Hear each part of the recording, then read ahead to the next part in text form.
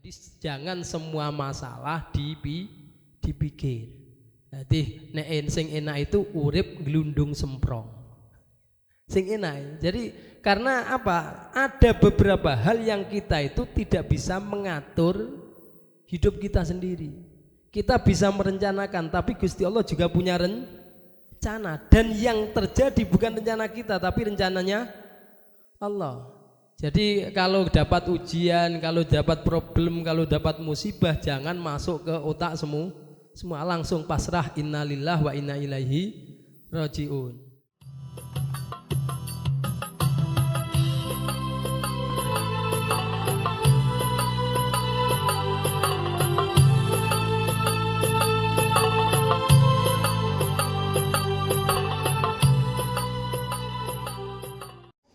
Assalamualaikum warahmatullahi wabarakatuh. Waalaikumsalam warahmatullahi wabarakatuh.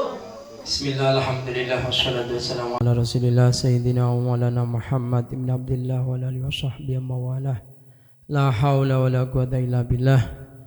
Para jamaah Mushallah Al-Maghfirah yang saya muliakan, alhamdulillah pada malam Kamis Pahing bulan ini, bulan Muharram ini, akhir bulan Muharram ini kita bisa bertemu kembali untuk melaksanakan rutinitas kegiatan mengaji, kajian kitab Arba'in Nawawi. Semoga kehadiran kita semua ini mendapatkan ridha dari Allah Subhanahu wa taala, dan semoga juga bagian dari apa yang disampaikan, disabdakan oleh Rasulullah sallallahu alaihi wasallam, man salaka tariqan yaltamisu fihi ilman sahalallahu lahu tariqan ilal jannah. Barang siapa berjalan menuju jalan keilmuan untuk mencari ilmu, sahalallahu lahu tariqan ilal jannah, maka ia akan dimudahkan jalannya menuju surga. Amin, Allahumma amin. Semoga kita semua termasuk orang-orang yang disabdakan oleh beliau. Marilah kita mulai dengan tawasul sebagaimana biasa. Ila hadrati nabiyina syafiina qurrati a'yunina sayyidina maulana Muhammadin sallallahu alaihi wasallam wa alihi wa sahbihi wa azwajihi wa dzurriyyatihi wa ikhwanihi minal anbiya wal mursalin. Ila hadrati jamil ulama'il amilin wa syuhada as-salihin wal malaikatil muqarrabin wa ila hadrati jamil mu'allifin wal musannifin wal muhaqqiqin wal mufassirin wal muhaddisin wal muqail mujtahidin wa ila hadrati masyayikhina wa masyayikhina wa masyayikhihim wa khususan ila hadrati jami' masyayikh ma'had Ketabang wa ila khususan ila ruhi Bahyai Muhammad Sa'id wa ila hadrati jami' masyayikh ma'ahid Ganjar khususan ila ruhi Syekh Zainal Alim gitu.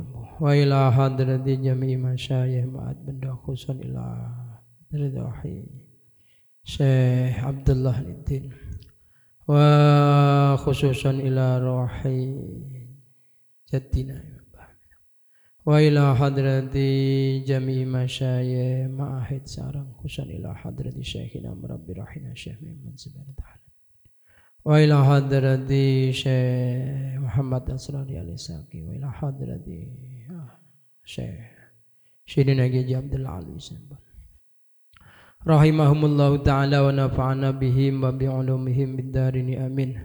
Wa nakhussu khususan khasah ila hadrati sahibi kitabil Arba'in An-Nawawiyah Syekh Imam Yahya Syarafuddin An-Nawawi rahimahullahu ta'ala wa nafa'ana bihi wa bi'ulumi fid darini amin. Syai'un lillahi lana wa lahumul Fatiha. A'udzu billahi minasy syaithanir rajim. Bismillahir rahmanir rahim. Alhamdulillahi rabbil alamin arrahmanir rahim maliki yaumiddin. Iyyaka na'budu wa iyyaka nasta'in. Ihdinas shiratal mustaqim. Shiratal ladzina an'amta 'alaihim ghairil maghdubi 'alaihim waladdallin. Amin. Bismillahirrahmanirrahim. Qala rahimahullahu ta'ala wa nafa'ana bihi wa bi'ulumihi fid darini amin. Al-hadisur rabi'. Al-hadisu utawi hadis ar-rabi'u kang kaping 4, hadis yang keempat. An Abi Abdurrahmani iku den riwayataken saking Abai Abdurrahman Abdillahi rupani sahabat Abdullah Ibni Mas'udin kang dadi putrane sahabat Mas'ud radhiyallahu taala an. Kala dawan sapa sahabat Abdullah bin Mas'ud. Sahabat Abdullah bin Mas'ud ini adalah sahabat yang paling banyak ngeladeni khotim khidmah kepada Rasulullah, sing bagian nyangkingno sandale Kanjeng Nabi, sing bagian ngedangi napa istilahnya nutupi Kanjeng Nabi nek siram di tempat terbuka, sing nganggono bajune Kanjeng Nabi niki sahabat Abdullah bin Mas'ud. Haddasa nyeritani hadis na ing kita Rasulullah sapa utusane Allah Nabi Muhammad sallallahu alaihi wasallam. Wa huwa utawi Rasulullah as-shadiqu iku wong kang jujur al-masduku kang den percaya. Kanjeng Nabi Muhammad Rasulullah sallallahu alaihi wasallam dawuh Anna ahadakum sak temene salah sijine sira kabeh yujma'u iku den kumpulna khalquhu apa bahan kedadiane ahadukum den kumpulna fi batni ummihi ing dalem wetenge ibune ahadukum yaitu di rahim arba'ina ing dalem 40 yauman apane dinane nutfatan halih rupa mani, halih rupa sperma.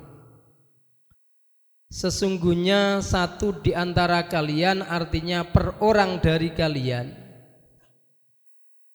maddah, bahan dasar kejadian pembentukan fisiknya itu ada di perut ibu atau di rahim. Ada di dalam rahim selama 40 hari berbentuk nutfah, berbentuk sperma. Sumayakunu nulih ono apa nutfah, tawa sumayakunu nulih dadi apa nutfah, dadi iku alaqatan iku alaqah, getih kang kantil. Misla zalika kelawan sepadane mengkono-mengkono arba'ina yauman. Lalu setelah fase atau tahapan 40 hari pertama yang asalnya berbentuk sperma, dari sperma laki-laki sang bapak bertemu dengan ovum si ibu, bibit pasangan bapak dan istrinya ini setelah berubah sperma, maka 40 fase keduanya berbentuk alaqah. Alaqah itu adalah darah yang menempel di dinding-dinding rahim seperti uap embun. Kalau jenengan masak nopo air itu uapnya nempel-nempel ditutup, lalu dari menyebar lalu ngumpul jadi satu. Maka alaqah itu kalau makna Jawa kunonya disebut alaqatan, iku getih sak kempel.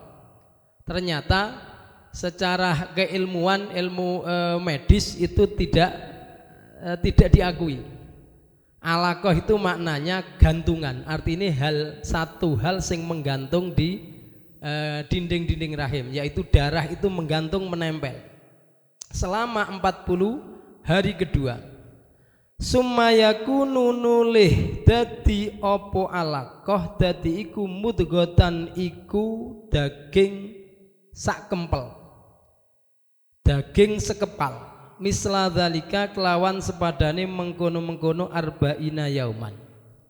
Setelah itu di fase 40 ketiga maka berubah menjadi daging.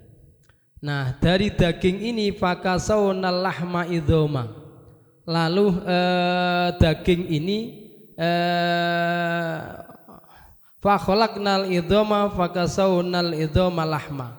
Lalu berbentuk membentuk tulang-tulang lunak. Ya, tulang-tulang lunak itu mulai terbentuk setelah fase ini.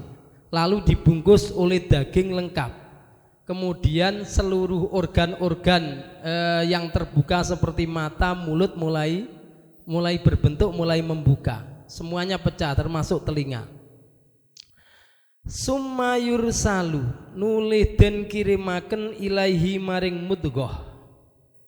Daging iki apa sing dikirimaken al malaku sapa malaikat.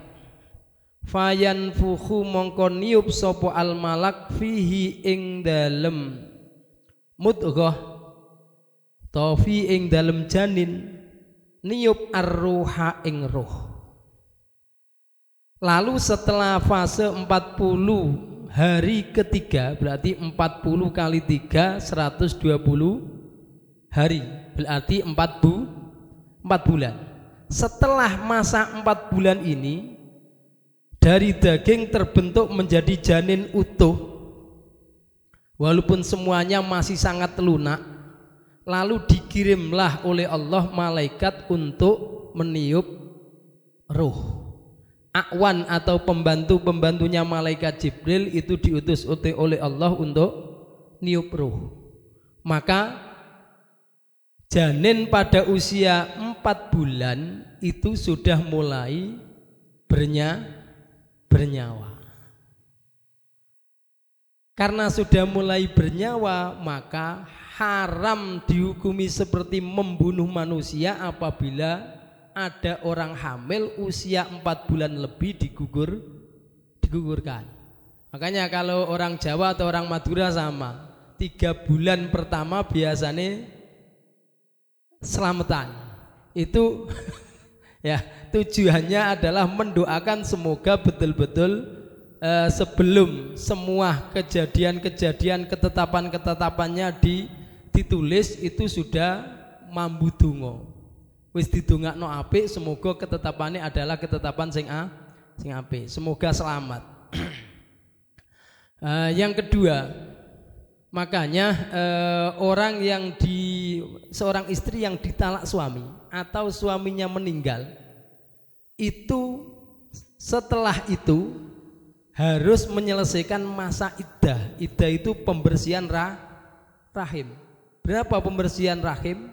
Selama arba'ata asyurin wa asro, selama 4 bulan plus 10 hari, berarti 130 hari masa iddahnya. Masa iddah ini masa di mana seseorang istri betul-betul berkabung, tidak boleh punya kegiatan di luar tanpa darurat, tidak boleh terlalu dekat dengan orang lain. Tujuannya betul-betul biar rahimnya, bibit-bibit dari suami ini betul-betul bersih. Kalau memang ada, ya mohon maaf, sebelum suaminya meninggal itu malamnya sempat ngumpul dulu, atau siangnya atokar sebelumnya ngumpul. Karena dahsyatnya bertengkaran itu akhirnya tak jatuh talak. Nah, ini tidak serta-merta langsung bisa diperistri oleh orang lain, harus ada masa tarobus, pembersihan. Nah, pembersihannya berapa tadi? 4 bulan plus 10. 4 bulan itu pasti sudah hidup, andaikan jadi ya, saat ngumpul terakhir itu jadi, maka itu pasti sudah hidup, pasti sudah ada gerakan-gerakan. Tambah 10 itu untuk menjadi semakin ikhtiyat, semakin hati-hati. Kalau tidak ada tanda-tanda kehamilan, barulah setelah itu baru bisa dinikah oleh orang lain. Tujuannya adalah bibit itu biar tidak campur ya. Dan lewat penelitian seorang profesor di Amerika bahwa bibit-bibit suami itu hilang 100% dari dinding rahim itu setelah masa itu, setelah masa iddah 4 bulan itu. Karena penelitiannya ternyata sesuai dengan hukum-hukum Islam, dia akhirnya masuk Islam. Ternyata Islam mengatur sedemikian rupa, sedemikian hebatnya. Nah, karena memang dia itu spesialisasinya ada di kedokteran tentang kerahiman, rahim, dia sampai neliti rahimnya istrinya sendiri dan tes DNA. Ternyata dari 3 anaknya yang 2 ini nggak identik sama sekali dengan dia. Ternyata anaknya orang lain. Nah, dari sini dia menjadi semakin yakin. Ternyata Islam mengatur sangat detail. Akhirnya masuk Islam. Wayu maru lan den perintah. Wayu maru lan den perintah sopo malak. Bi arba'i kalimatin kelawan gowo papat piro-piro kalimati Allah. Kelawan gowo papat piro-piro kalimat. Bikat birizkihi kelawan nulis rizki rupane bikat birizkihi kelawan nulis rizkine janin. Kula rujukno janin. Wa ajalihi lan patine janin. Wa amalihi lan amali janin. Wa syakiyun ay wa huwa utawi janin syakiyun iku wong kang cilaka au saidun utawa wong kang bejo. Setelah hidup sudah ada roh, maka nyuwun sewu saya kembalikan lagi keterangannya. Sebelum masa 4 bulan itu andekan sudah ada tanda kehamilan, tidak menstruasi selama 2 bulan, ada seorang wanita tidak men 2 bulan, diperiksakan ke dokter, ternyata kandungannya sudah 2,5 bulan. Ternyata setelah itu keguguran. Maka secara hukum agama janin yang gugur ini tidak dinyatakan ada rohnya, otomatis tidak wajib disolati. Ya. Jadi kalau belum 4 bulan, seumpama ada bayi keguguran, bayi prematur sebelum masa usia kehamilan 4 bulan, secara hukum agama belum wajib disolati. Kalau belum disolati berarti belum kewajiban memberi nama, belum ada rohnya. Ya, cuman mungkin untuk ihtiyatnya, untuk hati-hatinya mungkin orang Madura itu walaupun gugur 2 bulan tetap dikubur, tetap dikasih nama. Karena ada juga hadisnya Kanjeng Nabi yang menyatakan bahwa fase pertama 40 hari pertama, bahkan 35 hari kalimate itu sudah diutus malaikat untuk ngontrol rahim itu. Bahkan ketetapan ajal, ketetapan rizki, ketetapan amalnya nanti seperti apa, itu ada riwayat yang menjelaskan pada 35 hari pertama masih berbentuk darah. Tapi kayaknya itu dibantah oleh beberapa ulama. Ya, artinya terjadi perdebatan walaupun ada titik temunya bahwa kontrol dari malaikat pertama itu untuk gambaran-gambaran awal. Jadi belum sempurna karena baru berbentuk darah. Alaqah itu berbentuk darah. Saat alaqah inilah malaikat ngontrol pertama, termasuk diperintah untuk naburkan tanah yang dimana dia nanti akan dikuburkan. Artinya nyuwun sewu, siapapun yang meninggal lalu dikuburkan di satu tempat, ya memang tempatnya itu adalah tanah yang dibuat kuburannya itu adalah tanah di mana dia diciptakan. Saat 35 hari pertama jadi alaqah itu, malaikat disuruh nabur-naburkan tanah. Jadi tidak Nabi Adam tok yang ada unsur tanahnya, kita semua punya unsur tanah. Di rahim ibu itu ada unsur tanah yang nanti tanah itu nanti akan menyatu dengan jasad kita. Jadi kuburan kita di mana? Berarti disitulah tanah kejadian kita. Nabi Muhammad dilahirkan di Mekah, tapi tanah buatan jasadnya Nabi Muhammad itu dari tanah Medina. Meninggalnya di Medina. Nyun sewu, saya cerita lagi. Dulu ketika ayah saya itu sudah mulai sakit-sakitan, dari sarang tak ajak ke sini, tak rawat, betul-betul tak rawat biar kerasan di sini, tapi dia minta pulang terus. Sampai saya gini kan, Pak, jenengan itu lahirkan di sini. Iya, iki rumah sopo, rumah yo umaku, umai bapak. Lah yang jenengan tak rawat tak enak ning gini daripada dirawat ibu. Enak ndi? Enak remok rawat awakmu. Luwe detail, luwe telaten. Lah ya wis ning kene wae. Ternyata bapak saya enggak kerasan, pengen pulang terus. Saya meyakini berarti kedadiane bapak saya ini dari tanah Sarang bukan dari tanah Malang. Ternyata meninggalnya di Sarang. Saya lanjutkan. Setelah masa 40 hari ketiga, maka malaikat diutus untuk menetapkan segala ketetapan-ketetapan yang sesuai dengan qada qadari Gusti Allah pada zaman azali yang sudah ditulis di Lauhul Mahfuz. Menulis rezekinya, otomatis sebelum ditulis rezeki mestinya malaikat itu bertanya dulu kepada Gusti Allah, janin ini nanti jadi napa mboten Gusti? Mukhallaqah au ghairu mukhallaqah, di Al-Qur'annya gitu. Mukhallaqatan au ghairu mukhallaqah. Jadi apa enggak? Kalau jadi maka diteruskan. Adzakar au unsa, laki-laki apa perempuan? Ini dicatat oleh malaikat.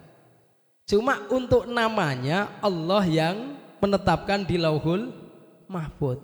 Maka kalau mungkin ada orang yang melahirkan lalu minta nama, dikasihlah oleh kiai 3 pilihan, mana yang ditetapkan oleh ibu itulah yang disesuai dengan yang ada di Lauhul Mahfuz. Jadi enggak keliru ya, walaupun pilihannya 3. Siapapun yang punya inspirasi, punya ide untuk memberi nama, lalu digabung saja. Ini gabung ini malah bagusan. Kadang-kadang dikasih 3 digabungkan. Ya. Enggak dibuang yang 2, digabung-gabung. Ya, ini berarti gabungan ini yang memang tertulis di Lauhul Mahfuz. Jadi enggak salah. Jadi enggak ada rizki salah alamat itu enggak ada. Bikat birizki, kelawan nulis rizkine janin. Nanti rizkinya seperti apa? Sugih apa fakir, halal apa haram, atau percampuran itu semua. Yo kadang-kadang sugih, yo kadang-kadang melarat, jatuh bangun. Ini semua tidak akan lepas. Wa ajalihi lan ajale janin, dan ajal kita itu juga sama. Idza jaa ajaluhum la yastakhiruna sa'atan wa la yastaqdimun. Kalau sudah datang ajalnya enggak akan bisa mundur, enggak akan bisa maju. Ajalnya sudah ditetapkan. Iki jenenge pati rizki semua dari Allah. Wa amalihi lan amale anak Adam, amale janin. Nanti amalnya dia seperti apa? Akan beramal soleh atau dia orang tolah-toleh? Orang yang penuh maksiat, sudah ada ketetapan. Maka ada sebuah sabda dari Rasulullah, kullun muyassarun i'malu fa kullun muyassarun lima khuliqalah. I'malu, beramallah, ibadaho, ngelakoni opae terserah, fa kullun muyassarun lima khuliqalah. Karena semua manusia itu akan dimudahkan untuk nasib yang dia diciptakan. Kalau memang nasibnya bagus, masih mergawe lagi titik langsung meroket, moro-moro langsung tuku mobil, memang dicetak sugih. Nah, kalau amalnya memang baik, berarti ketetapan di zaman azalinya adalah baik. Kalau amalnya senang ibadah, berarti memang dia diarahkan menuju orang yang akan selamat di akhirat. Semoga kita semua juga termasuk orang yang dimudahkan beramal soleh. Amin Allahumma amin. Wasyakiyun au sa'idun, menjadi orang yang syaki, yang cilaka dunia akhirat, atau menjadi orang yang beruntung dunia akhirat. Artinya Islam dapat hidayah atau tidak itu sudah ketetapannya Gusti Allah. Sebagaimana Kanjeng Nabi Muhammad sendiri sangat-sangat berharap Umar, nama asli dari Abu Jahal, yang nama asli Abu Jahal. Sementara beliau itu adalah pembesar utamanya orang Quraisy. Masih pakde sepupunya Kanjeng Nabi. itu sangat diharap oleh Kanjeng Nabi untuk masuk Islam, biar Islam semakin berjaya di Mekah. Sehingga sedalam satu doanya Kanjeng Nabi berdoa, Allahumma izzal Islam bi ahadil umaren. Ya Allah, muliakanlah Islam agamamu ini dengan salah satu di antara dua Umar. Satu Umar nama asli dari Abu Jahal atau Umar bin Khattab. Tapi Kanjeng Nabi itu lebih menginginkan Umar yang nama aslinya Abu Jahal. Tapi itu gak digendaki oleh Gusti Allah. Maka untuk masalah hidayah atau tidak, itu urusannya Gusti Allah. Nah, ini rahasia Gusti Allah. Maka kita itu nggak bisa memaksa seseorang untuk masuk Islam. Biarlah, kalau memang dia tidak Islam ya biarkan. Walaupun kewajiban tabligh, kewajiban menyampaikan, kewajiban dakwah itu adalah kewajiban kita. Tapi masalah hidayah pasrah nang Gusti Allah. Kanjeng Nabi saja nggak sanggup memberi hidayah pada pamannya sendiri Abu Thalib. Jadi biar nggak selalu jadi beban. Jadi jangan semua masalah dipikir. Jadi sing enak itu urip glundung semprong. Sing enak. Jadi karena apa? Ada beberapa hal yang kita itu tidak bisa mengatur hidup kita sendiri. Kita bisa merencanakan, tapi Gusti Allah juga punya rencana. Dan yang terjadi bukan rencana kita, tapi rencananya Allah.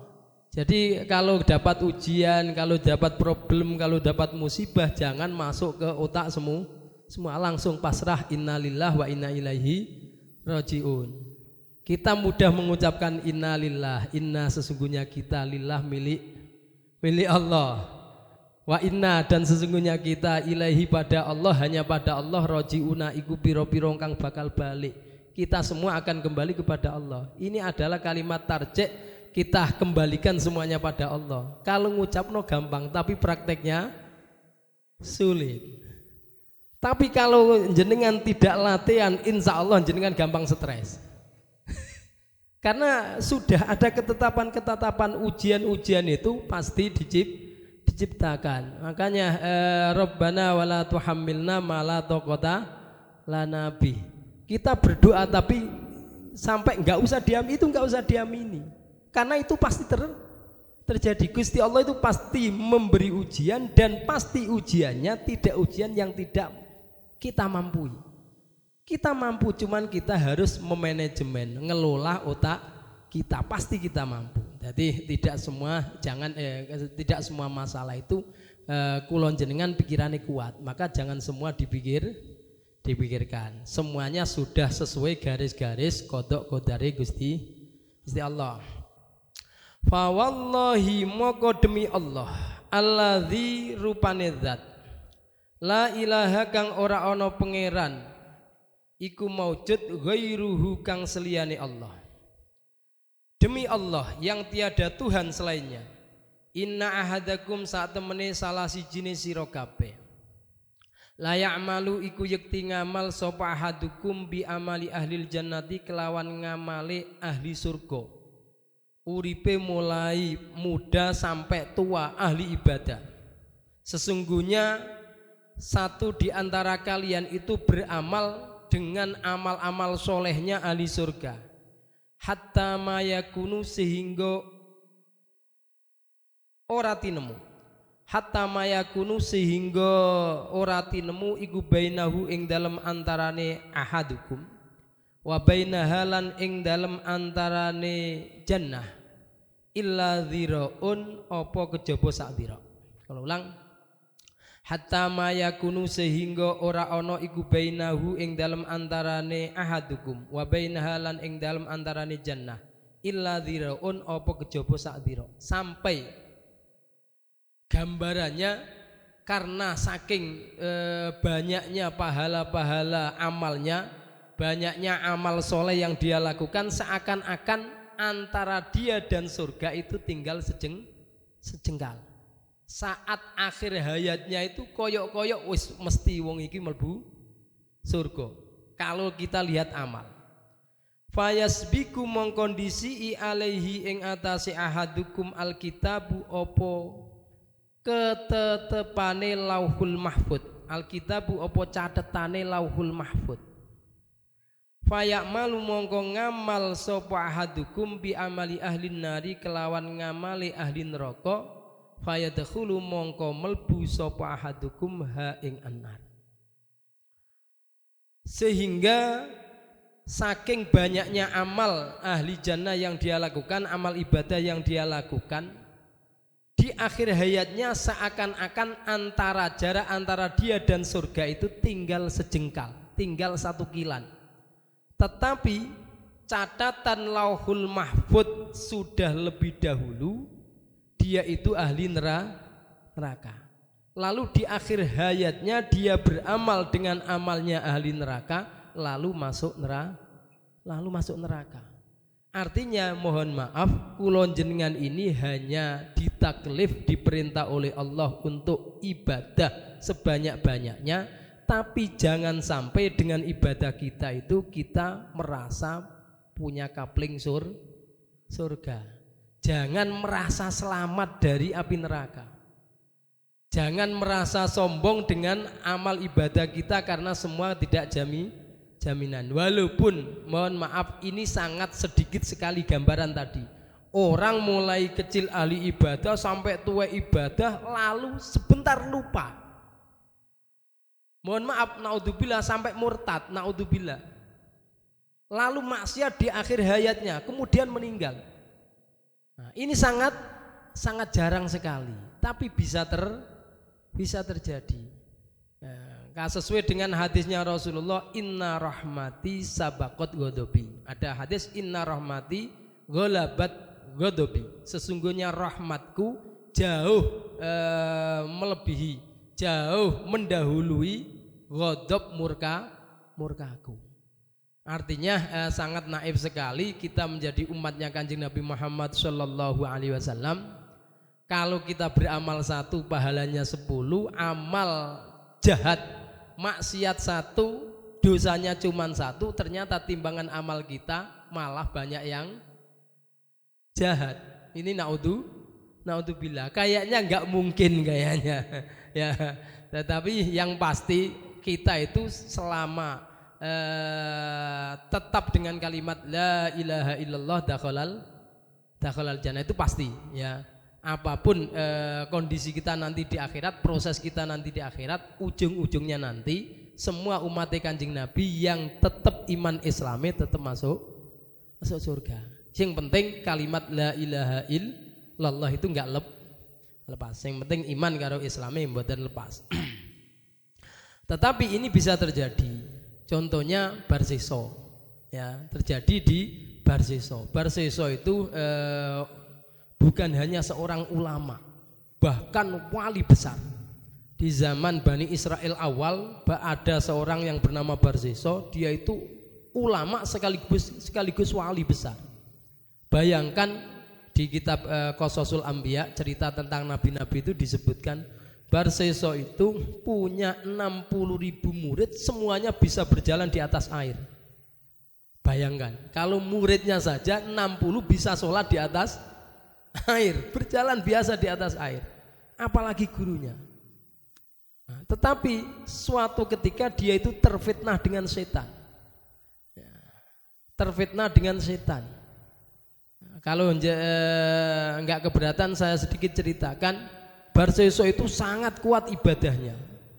3 hari 3 malam bleng ibadah di somaah, di musolahnya.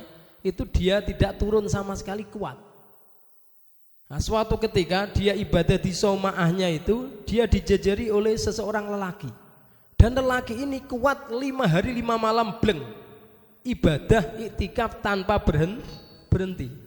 Sampai Barseso ini ngaku kalah. Ini kok bisa mengalahkan aku, apa amalnya? Padahal manusia yang di pinggirnya ini setan. Ya. Jadi setan itu sebelumnya sangat kagum dengan Barseso. Luar biasa seorang Barseso ini. Tapi coba tak lihat catatan Barseso di Lauhul Mahfud seperti apa. Dulu mohon maaf, sebelum Nabi kita Muhammad sallallahu alaihi wasallam, langit itu bisa dilihat oleh setan. Jin kafir, setan iblis itu bisa naik turun ke langit walaupun nggak bisa masuk di taman surga, tapi bisa masuk ke langit sampai melihat catatan Lauhul Mahfuz. Dan itu tertutup setelah nabi kita. Jadi kalau sekarang mungkin jenengan lihat komet itu berarti ada setan yang mau mencuri catatan langit dihantam oleh meteor yang jatuh, oleh bintang yang jatuh. Itu hakikatnya adalah fa'atsba'ahu bisyihabin sakib.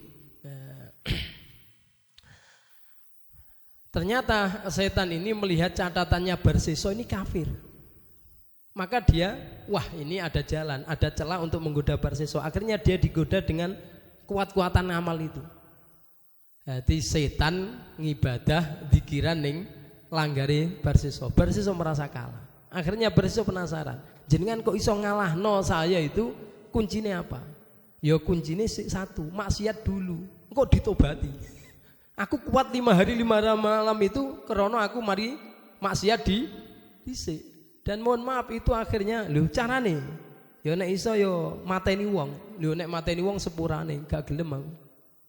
Ya nek gak gelem ya zina. Ya mohon maaf nek zina terlalu gede mau. Nek gak gelem zina ya ngombe arak ae lah, rada ringan.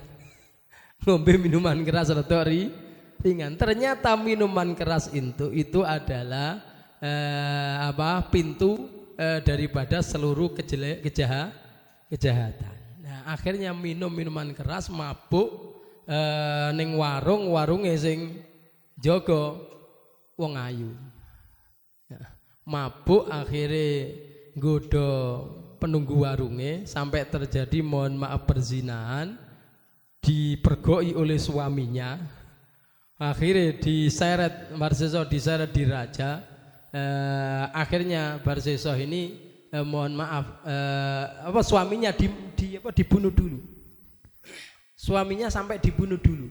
Jadi akhirnya minum iya, zina iya, membunuh juga iya. Akhirnya diseret di raja. Nah, oleh raja disalib. Setelah disalib diparani oleh setan. Sampean bodoni aku, enggak, aku yo kate nyelametno awakmu.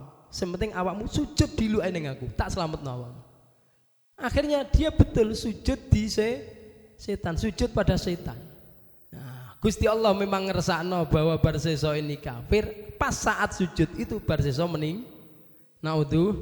naudzubillah. Jadi walaupun mohon maaf kita mulai muda dididik ibadah, bisa beramal secara istiqomah, tapi jangan sekali-kali merasa bahwa bekal kita cukup. Jangan merasa bahwa kita itu menjadi pasti ahli surga. Biar ada khauf pada Gusti Allah terus. Walaupun tetap rojak berharap kita itu menjadi orang-orang pilihan di surga, tetap berharap. Jadi berharap pada Gusti Allah itu harus, takut pada azab Gusti Allah juga sebuah kewajiban. Wa inna ahadakum lan sak temene salah sijine sira kabeh la ya'malu iku yekti ngamal sapa ahadukum bi amali ahlin nari kelawan ngamale penduduk neraka. Hatta mayakunu sehingga yen to ora ana iku bainahu ing dalem antarane ahadukum wa bainaha lan ing dalem antarane nar illa dhiraun apa kejaba sak jengkal sak kilan. Fayasbiku mongkon disii alaihi ing atase ahadukum alkitabu apa kitab catetan Lauhul Mahfuz. Fayamalu mongko ngamal sapa ahadukum bi amali ahlil jannati kelawan ngamali ahli surga.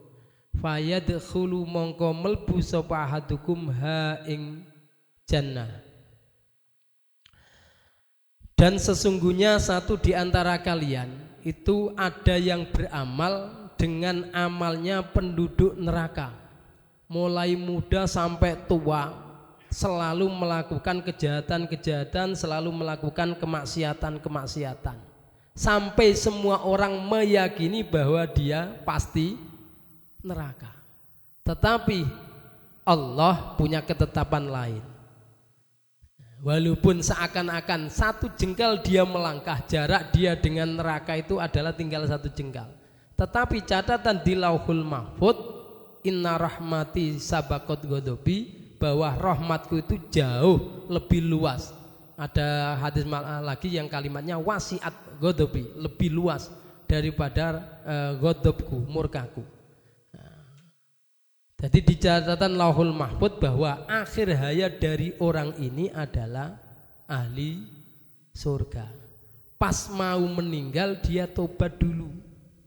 Maka mohon maaf kalau ada orang jahat, kalau ada penjahat, kalau ada orang-orang pendosa, ya, apalagi keturunannya orang mulia yang pendosa. Mohon maaf kalau jenengan lihat seorang Habib mungkin minum minuman keras, jangan langsung dihabisi, jangan langsung dihujat, ya, karena dia mengalir darah Rasulullah. Diyakini 100% oleh para ulama, orang yang menjadi keturunan Rasulullah, orang yang di dalam jiwanya ada darah Rasulullah, itu matinya pasti husnul khotimah.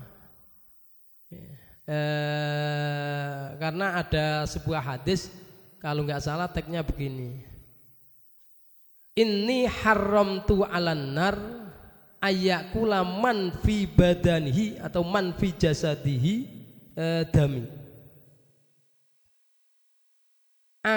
Kata Rasulullah, aku mengharamkan neraka untuk memakan dagingnya, untuk membakar orang, berarti yang di dalam jasadnya ada darahku. Jadi keturunan Rasulullah itu kalau lewat hadis itu semuanya mati husnul khotimah, pasti ahli surga. Maka mohon maaf kalau ada orang yang jahat sekalipun, jangan jenengan hakimi, karena bisa jadi justru dia bisa tobat dan tobatnya diterima oleh Allah. Banyak kejadian di mana orang yang kafir ternyata sebelum meninggal dia masuk Islam, dapat hidayah lalu meninggal. Ini luar biasa kejadian-kejadian seperti ini. Dan saya sedikit cerita, orang pertama yang meninggal setelah Rasulullah, kalau nggak salah 2 hari setelah meninggalnya Rasulullah, orang pertama yang meninggal itu adalah seorang Nasrani fanatik dari negeri Syam, dari negeri Damaskus. Jadi dia itu ceritanya kebetulan 2 hari setelah wafatnya Rasulullah, dia itu sering melihat Injil, dilihat Injil yang asli, ya, Injil yang asli dia pelajari. Di situ memuat cerita tentang Nabi terakhir, Nabi Muhammad. Dia temukan di 4 halaman yang ada cerita tentang Muhammad, maka pasti disobek, buang, bakar. Belajar lagi mulai awal sampai akhir. Setelah penyobekan itu ternyata dia malah menemukan 8. Sudah disobek, dipelajari lagi, malah ditemukan ada 8 cerita tentang Nabi terakhir. Sobek semua 8, bakar, biar anak turunnya tidak tahu, karena dia Nasrani fanatik. Setelah kejadian itu dia buka lagi, karena memang orang agamis sekali, ya, sering membaca kitabnya.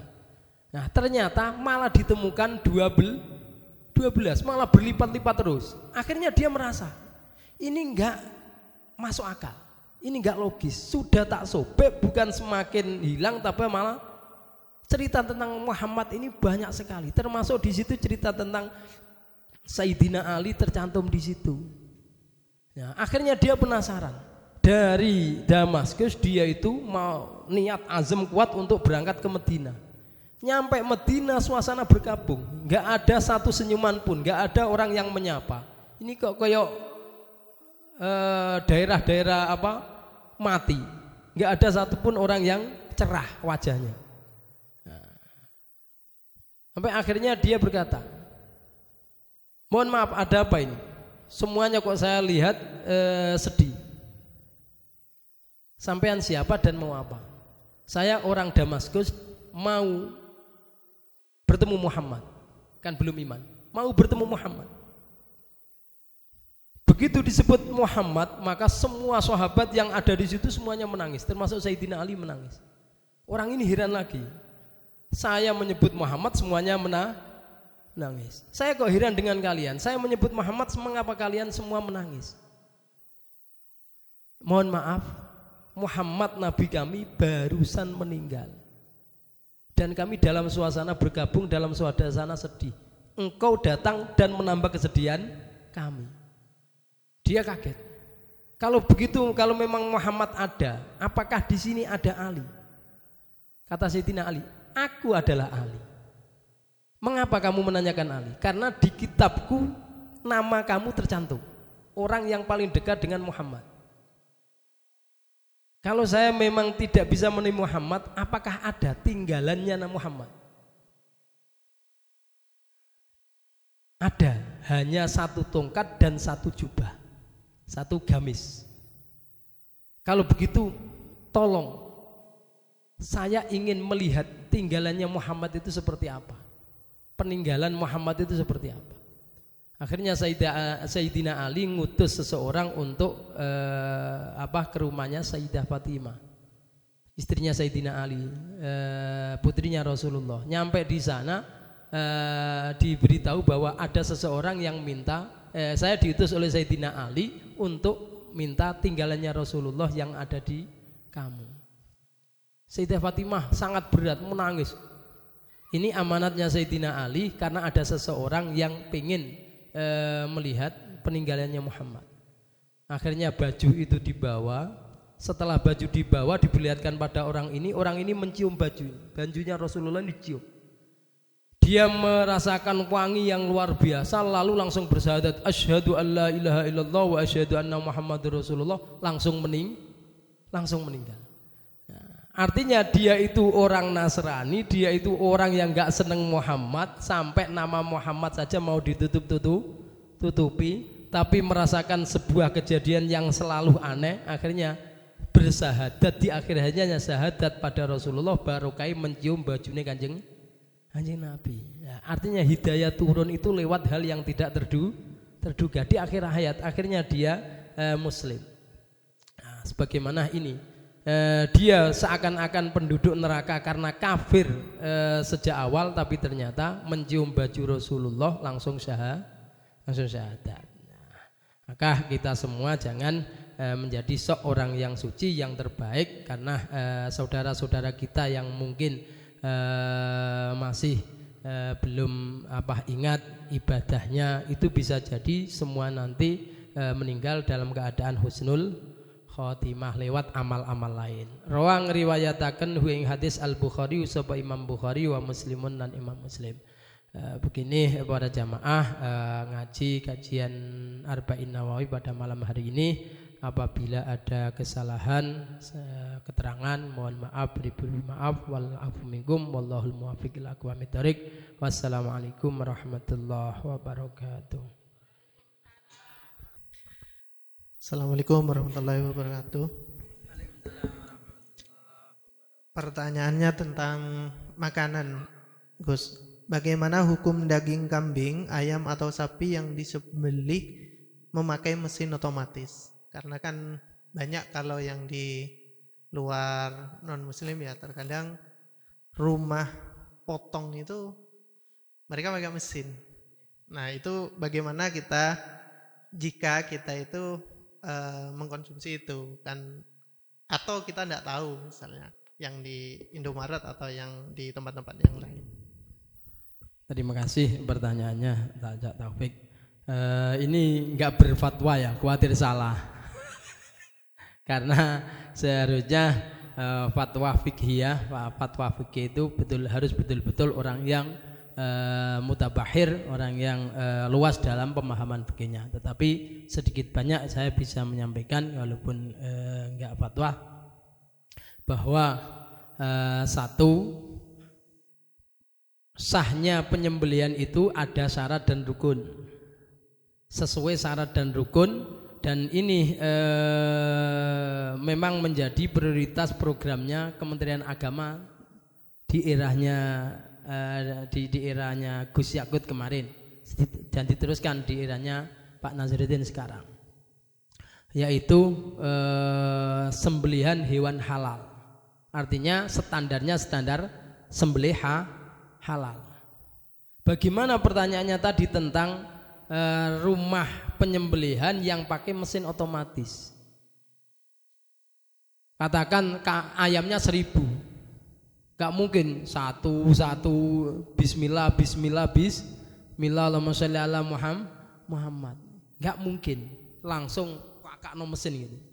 Nah, kalau memang itu kesulitan, maka ulama ada yang mengatakan, ada ulama yang memfatwakan bahwa cukup satu kali membaca tasmiyah bismillah, ya cukup membaca bismillah lalu potong, lalu ambil lagi, katakan sampai 1000 ayam, itu semuanya cukup dengan satu, dianggap mutasil, dianggap nyambung langsung semuanya. Loh, bagaimana kalau terpotongnya lepas langsung kepalanya? Makruh. Jadi kadang-kadang kan lepas langsung ya sebagian mohon maaf, ini yang saya kadang-kadang menemukan di pasaran, hanya dicoblos untuk tenggorokan jalur makannya saja. Yang terpotong hanya jalur makan, jalur darah urat ini enggak. Ya ini yang baru kita pastikan itu belum halal, dan ini masih banyak di lingkungan kita. Ya mohon maaf, ini masih banyak sekali di lingkungan kita pemotong-pemotong ayam yang di kampung-kampung itu ternyata pokoknya sing penting cepat. Ya, akhirnya kematiannya yang lama karena jalur darahnya yang seharusnya mempercepat untuk mati, malah itu menjadi kewajiban nggak terpotong. Nah, ini harus kita akui masih banyak yang belum halal secara syariat. Ya, mohon maaf juga saya ini mumpung menyampaikan tentang sembelihan ya. Tetapi ada yang lebih miris lagi. Mohon maaf, saya juga menemukan di sini, baru tahu di sini. Sapi meninggal, sudah meninggal masih disembelih, masih dijual.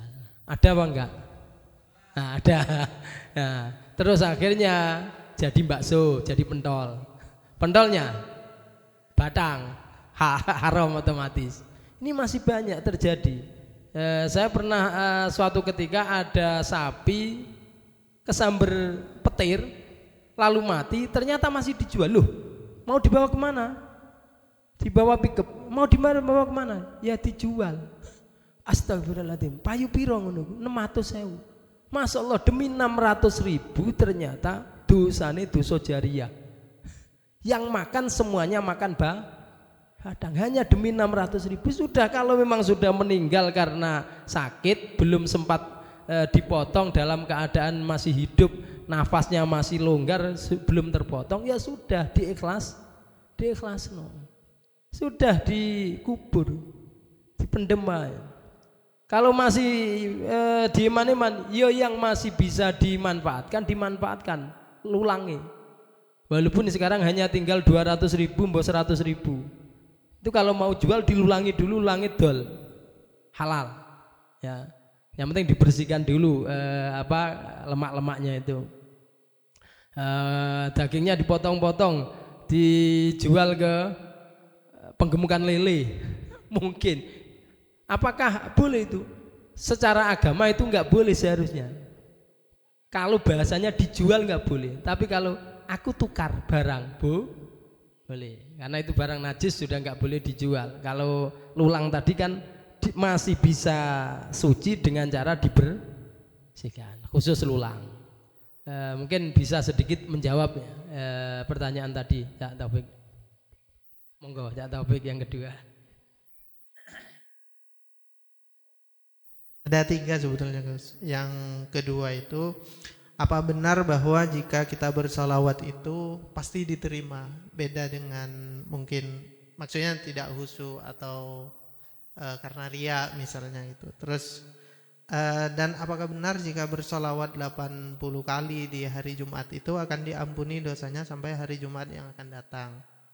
Terus yang terakhir itu bagaimana niat sholat jenazah jika ada bayi yang keguguran belum terlihat jenis kelaminnya atau orang yang mempunyai dua jenis kelamin? Yang terakhir dulu, menarik. Yang terakhir karena sesuai dengan materi. Ya.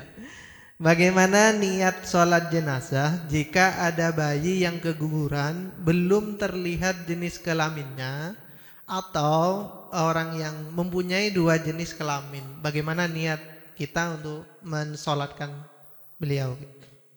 Terima kasih. Ini mungkin kasusnya adalah faktual, ada bayi prematur baru 4 bulan, kelaminnya belum kelihatan, tapi sudah diyakini sudah bernyawa, tapi organnya belum sempurna, mungkin bagian tengah masih berdarah, ya. Apakah bagaimana cara mensolatinya sementara dia sudah diyakini sebelumnya sudah gerak-gerak bernyawa? Nah, kalau seperti ini maka kalau nggak ketahuan laki-laki atau perempuannya, bahkan walaupun dia perempuan, niatnya usolli ala hadzal mayyiti, usolli ala hadzal mayyit. Hadzal mayyit itu hadza itu laki-laki, mayyit itu ya hadzal mayyit ala hadzal mayyit. Itu nggak apa-apa, karena hadza ini ditujukan pada jasad. Jasad ini secara etimologi, secara bahasa ini dikelompokkan laki-laki. Maka umpama ada orang, saya sendiri juga pernah tak pikir dia itu perempuan, ternyata tak pikir dia laki-laki, ternyata perempuan. Pernah saya nyolati seperti itu, sampai saat doa-doa semuanya pakai hu semua. Nah, ternyata saya menemukan tidak apa-apa karena semuanya enggak masalah, karena hu itu kembalinya kepada jasad. Jasad itu secara kalimat itu laki-laki. Jadi kalau niat sholatnya bagaimana? Yusolli ala hadzal mayyit. Karena perempuan itu far'un dari laki-laki, cabang dari laki-laki. Sing asli manusia diciptakan itu laki-laki. Terkait pertanyaan terkait sholawat tadi, apakah benar bahwa semua amal itu bisa diterima bisa tidak kecuali sholawat? Saya mohon maaf menyampaikan satu makolahnya ulama. Inna amal ibni Adam bainar rad wal qabul. Inna kulla amal ibni Adam bainar rad wal qabul. Semua amalnya anak Adam, sampai baca Quran sekalipun, sampai sholat sekalipun, itu antara diterima atau tidak. Ada potensi ditolak karo Gusti Allah, gak ikhlas, ya, riya tadi. Ada potensi amal kita itu tidak semuanya diterima oleh Allah. Illa sholat ala Rasulillah, kecuali membaca sholawat pada Rasulullah. Kalau itu 100% dalam keadaan apapun, sampai dalam keadaan wanita sedang haid itu tetap diterima. Ya. Jadi zikirnya orang haid itu jangan zikiran subhanallah subhanallah, jangan zikiran alhamdulillah, jangan baca Quran, tapi membaca sholawat. Jadi sholawat itu enggak ada satupun yang ditolak. Ya, ini termasuk karomah, termasuk kemuliaannya Rasulullah. Orang yang baca sholawat pasti diterima. Termasuk doa kita itu awal juga disunahkan untuk diawali dengan sholawat. Di akhir kalau bisa juga ditutup dengan sholawat. Karena sholawat ini yang mendorong doa kita itu naik ke langit.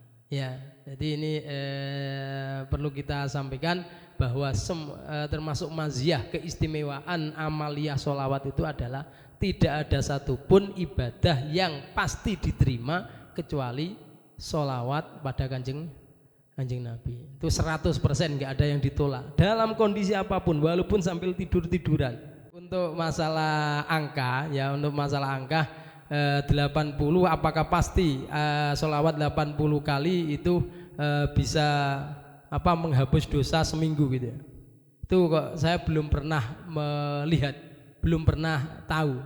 masalah keistimewaan sholawat 80 kali itu bisa menghapus dosa seminggu. Tetapi ada hadis yang menyampaikan bahwa ros-rosan kita itu ada 360. Maka sholawat terbaik itu adalah 360 kali dalam sehari semalam. Berarti ini adalah fidyah atau tebusan seluruh persendian kita. Demikian mungkin ada yang lain. Kalau ada yang lain kita lanjutkan. Ada pertanyaan lagi? Kalau enggak ada, dirasa cukup. Atas segala kekurang berkenaan atas jawaban tadi, mungkin masih ada yang mengganjal, mungkin ada kesalahan bahkan, ya mohon maaf seberat-beratnya, ya sebanyak-banyaknya. Assalamualaikum warahmatullahi wabarakatuh.